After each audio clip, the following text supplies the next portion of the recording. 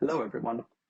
My name is Ruben Purdy, and I'm a PhD student in Dr. Blanton's Advanced Chip Test Laboratory at Carnegie Mellon University. Today, I'm going to be presenting our work entitled Large-Scale Logic Locking Attacks via Simulation.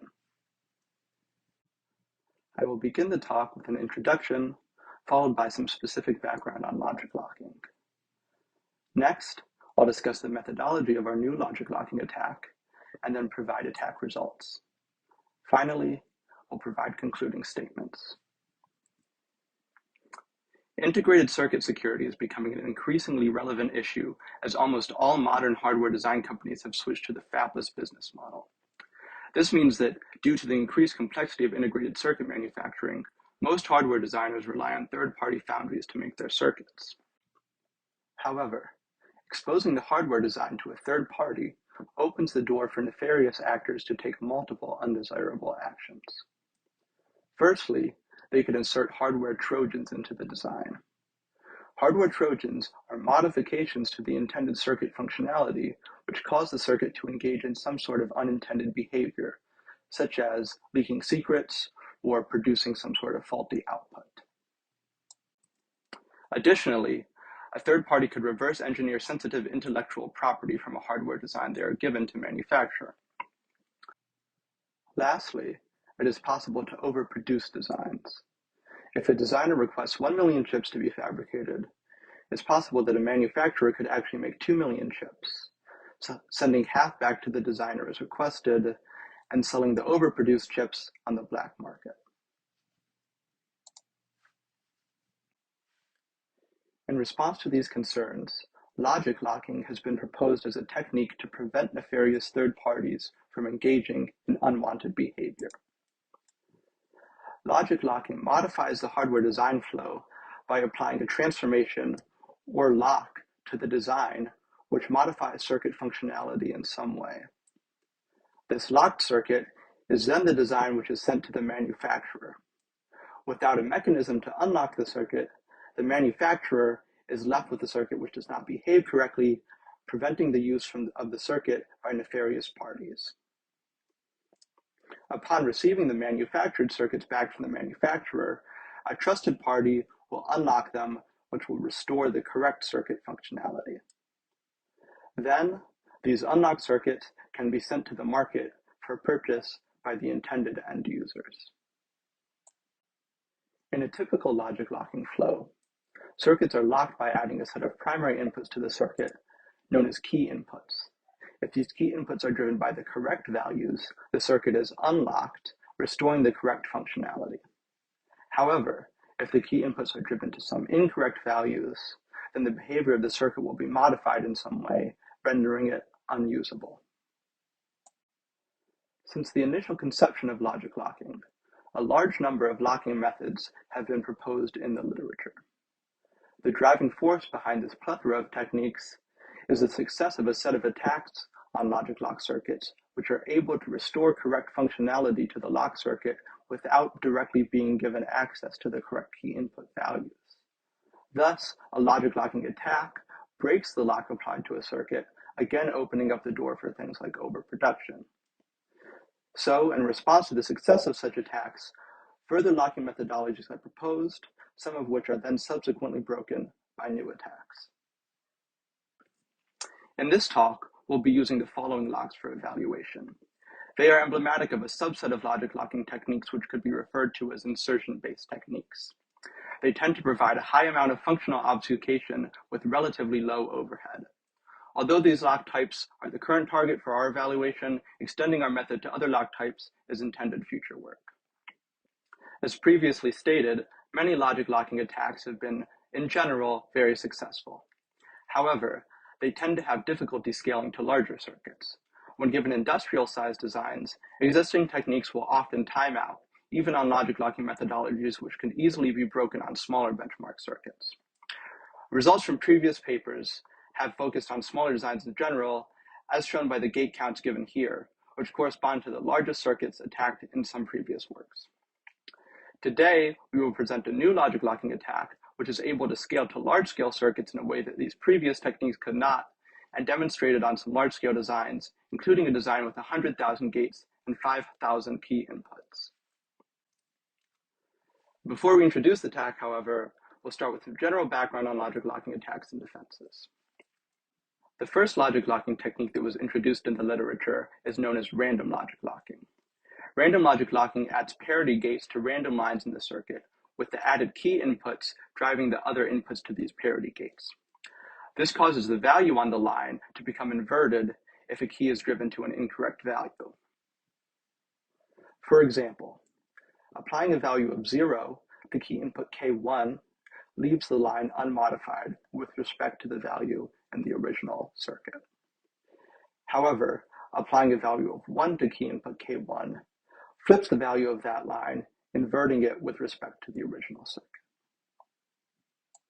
Additional techniques proposed in the literature include mux locking and LUT lock. Mux locking adds multiplexers to mux together lines in the circuit with the key input driving the select line. An incorrect key input value would then cause an incorrect connection to be made in the circuit. LUT locking alternatively replaces gates in the circuit with lookup tables. The key inputs are then used to program the lookup tables, and an incorrect key input set would essentially replace a gate in the circuit with a different incorrect gate.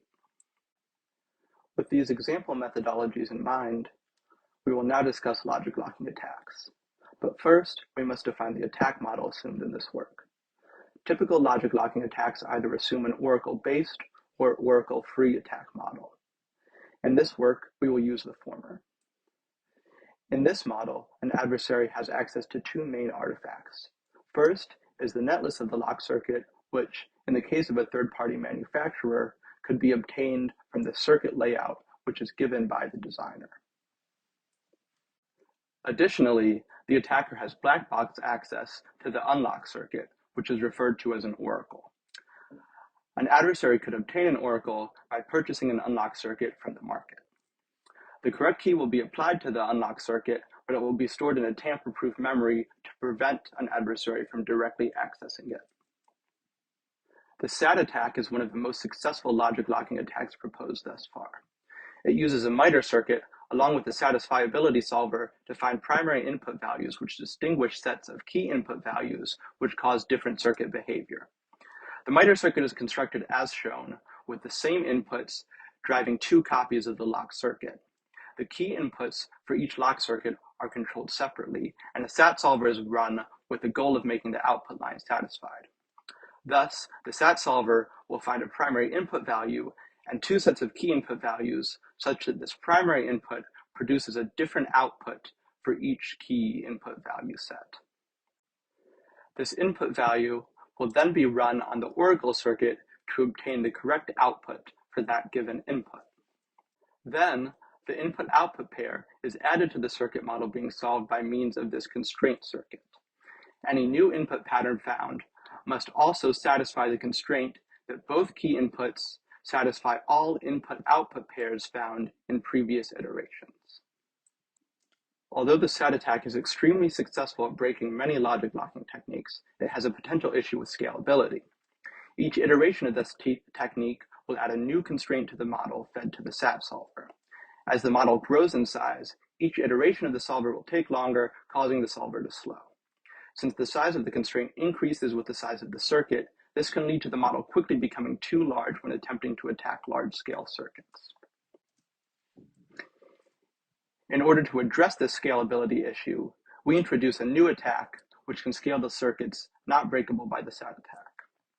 But before we do, we will briefly discuss perhaps the simplest possible logic locking attack, a brute force attack. This attack simply tries sets of key input values until it finds a set which agrees with the oracle. Because different sets may or may not affect circuit functionality for a given input, the first step of a brute force attack could simply compare the responses of the lock circuit with the oracle for a set of primary input values, which could be chosen randomly, or perhaps chosen more intelligently, for example, using circuit workloads.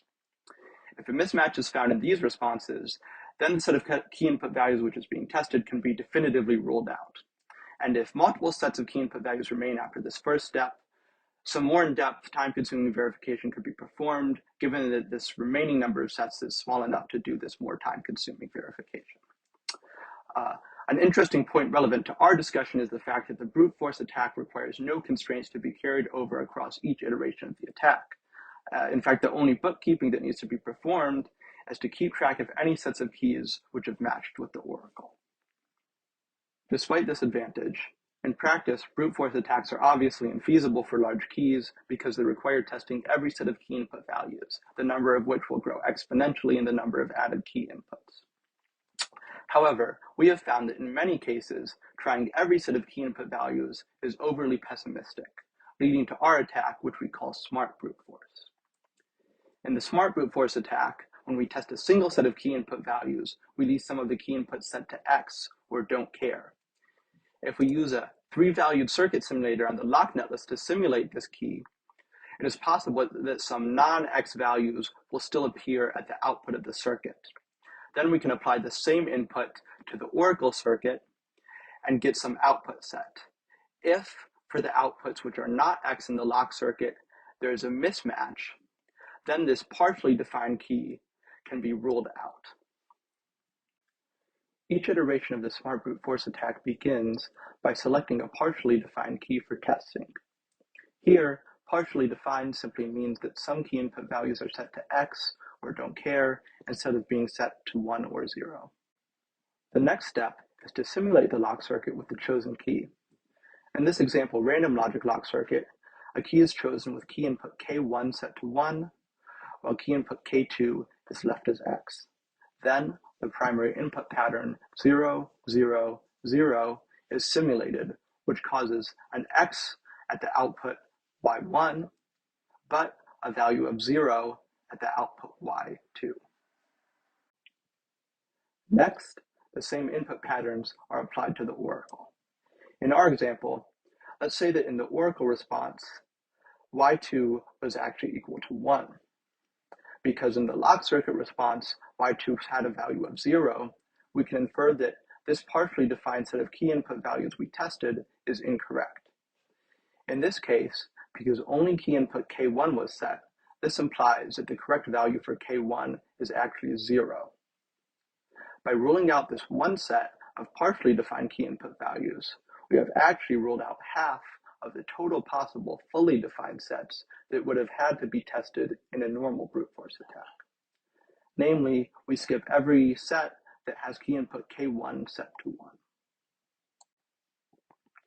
After performing the simulation and checking against the oracle, the key queue is updated.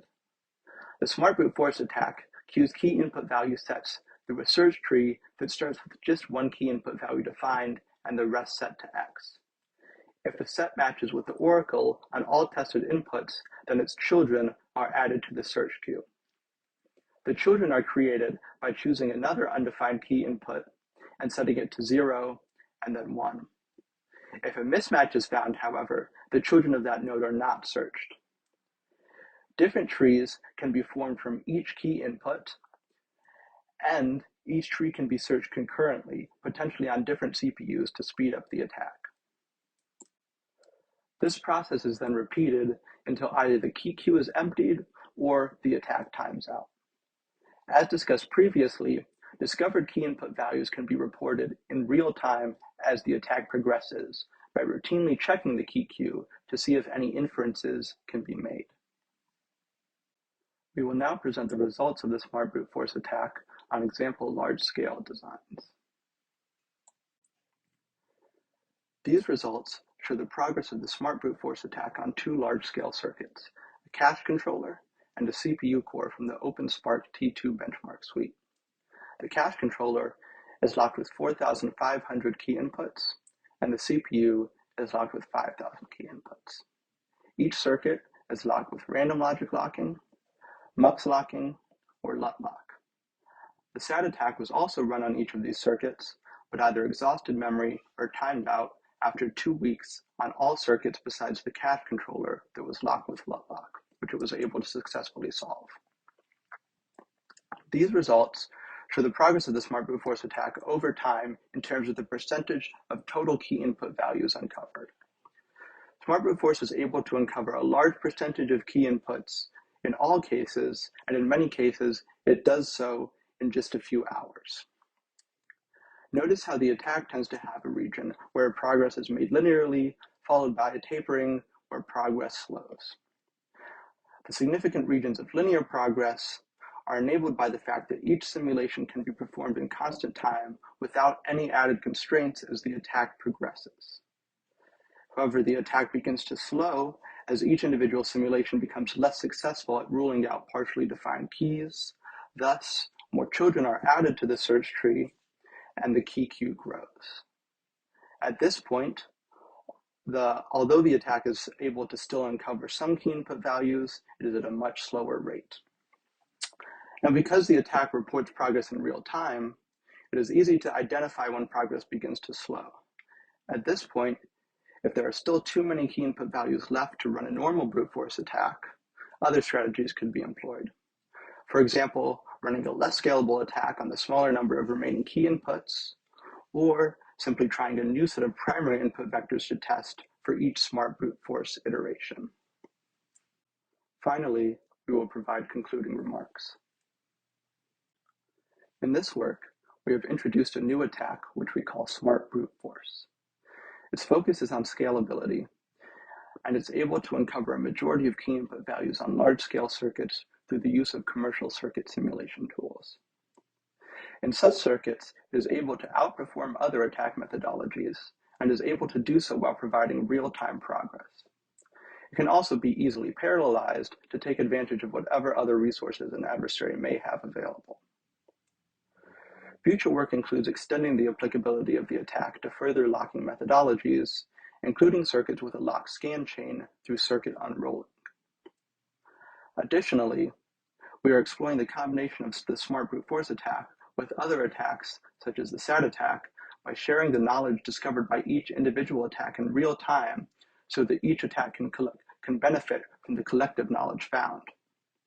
We believe that this can further improve the results shown in this presentation. With that, I will conclude our talk. Thank you everyone for listening.